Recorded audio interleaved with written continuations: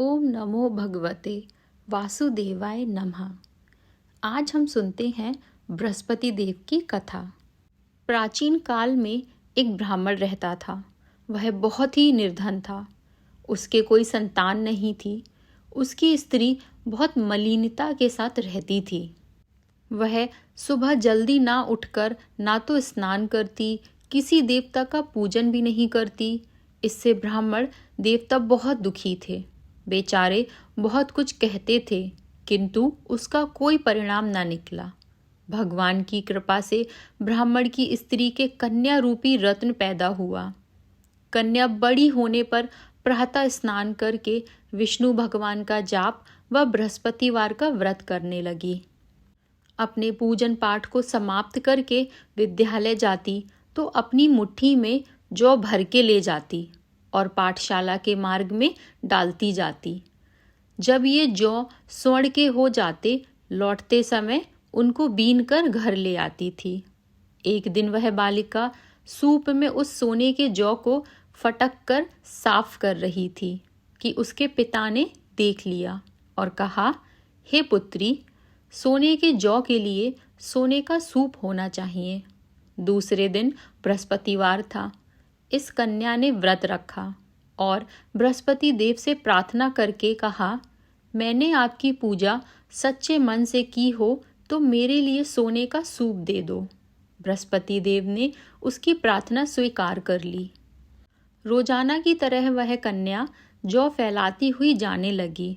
जब लौटकर जौ बीन रही थी तो बृहस्पति देव की कृपा से सोने का सूप मिला। उसे वह घर ले आई और उसमें जौ साफ करने लगी, परंतु उसकी माँ का वही ढंग रहा।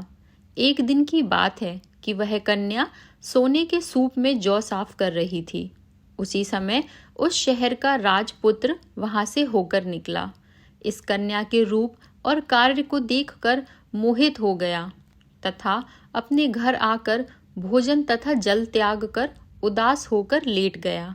राजा को इस बात का जब पता लगा तो वह अपने मंत्री के साथ उसके पास गए और बोले, बेटा, तुम्हें किस बात का कष्ट है? किसी ने तुम्हारा अपमान किया हो या और कोई कारण हो, सो तुम मुझसे कहो, मैं वही कार्य करूँगा जिससे तुम्हें प्रसन्नता हो। अपने पिता की राजकुमार ने बातें सुनी तो वह बोला, मुझे आपकी कृपा से किसी भी बात का दुख नहीं है।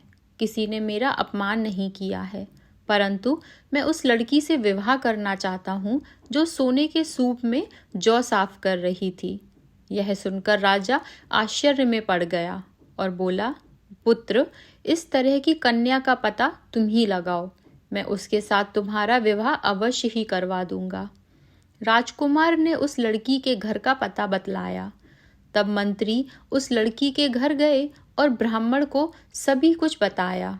ब्राह्मण देवता राजकुमार के साथ अपनी कन्या का विवाह करने के लिए तैयार हो गए तथा विधि विधान के अनुसार ब्राह्मण की कन्या का विवाह राजकुमार के साथ हो गया।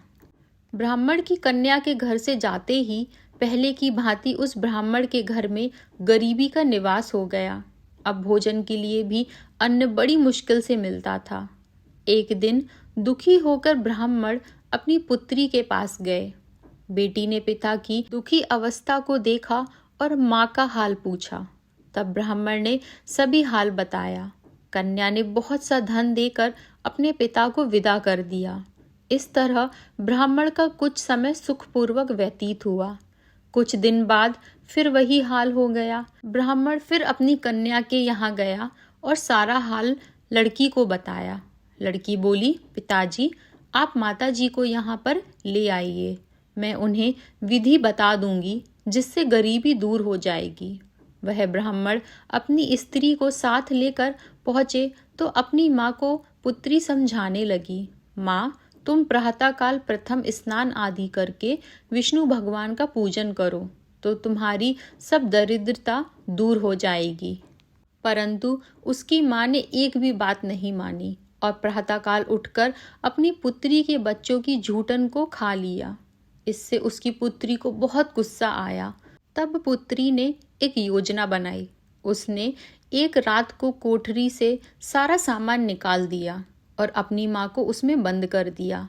प्रातःकाल उसे निकाला तथा स्नान आदि करा के पाठ पूजा करवाया तो उसकी माँ की बुद्धि ठीक हो गई और फिर प्रत्येक बृहस्पतिवार को व्रत रखने लगी। इस व्रत के प्रभाव से उसकी माँ बाप बहुत ही धनवान और पुत्रवान हो गए और बृहस्पति जी के प्रभाव से इस लोक के सुख भोग कर स्वर्ग को प्राप्त हुए। सब बोलो भगवान विष्णु की जय, बोलो बृहस्पति देव की जय।